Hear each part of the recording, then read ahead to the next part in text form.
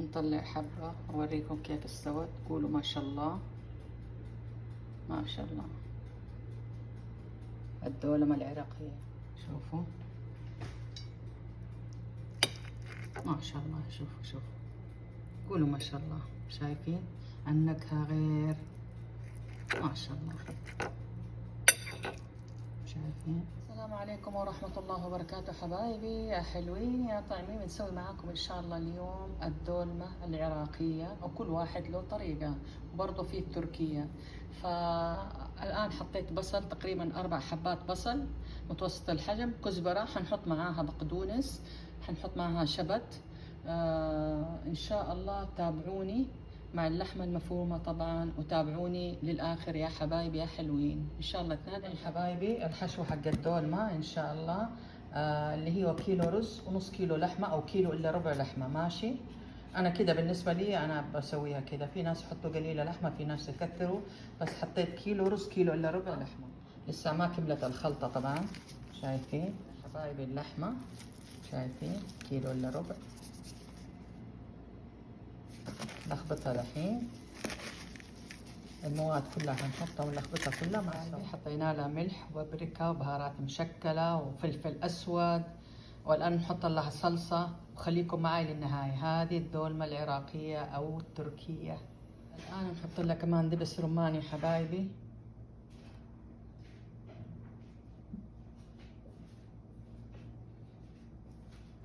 تقريبا فنجان قهوة وفنجانين قهوة عربي طبعا.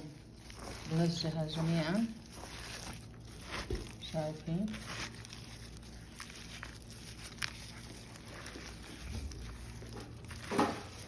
تقريبا 3 ملاعق طعام معجون طماطم ونواصل.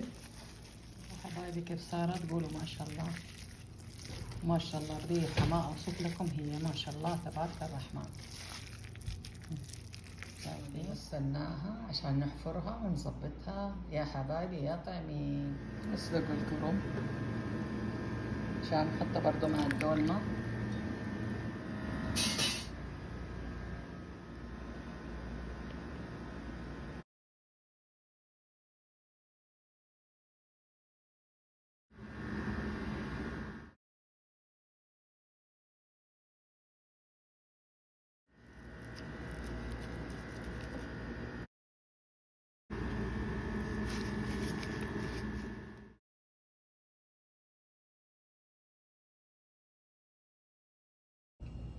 خلصت من لف الدولمة ودحين برص يا حبايبي. شايفين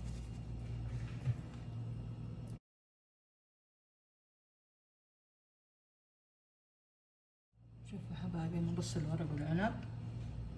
طيب نرش بعدين فاصوليا مقطعة. اوكي، بعدين نحط فوق ورق عنب.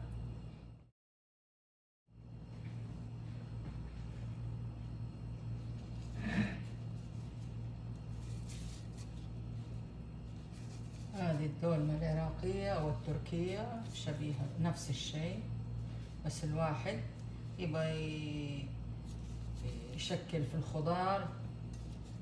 أهم شيء تكون الحشوة مضبوطة ماشي.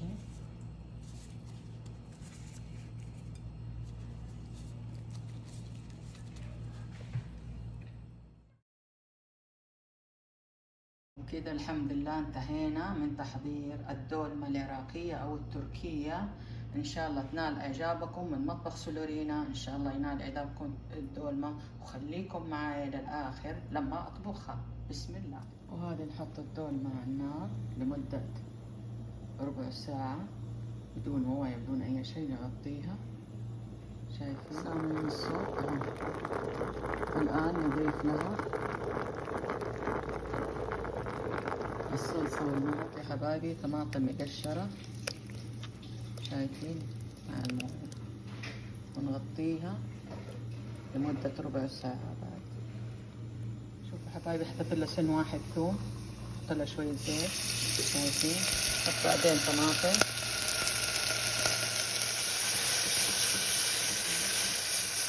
شوفوا كيف يا حبايبي، كل واحد له طريقة.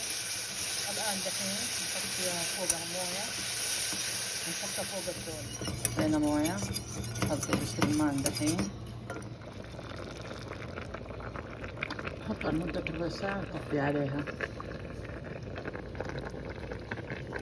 هذه الدولمة العراقية أو التركية حبايبي انتهينا منها، ونخليها شوية تقريبا نص ساعة، بعدين نقلبها إن شاء الله تنال إعجابها.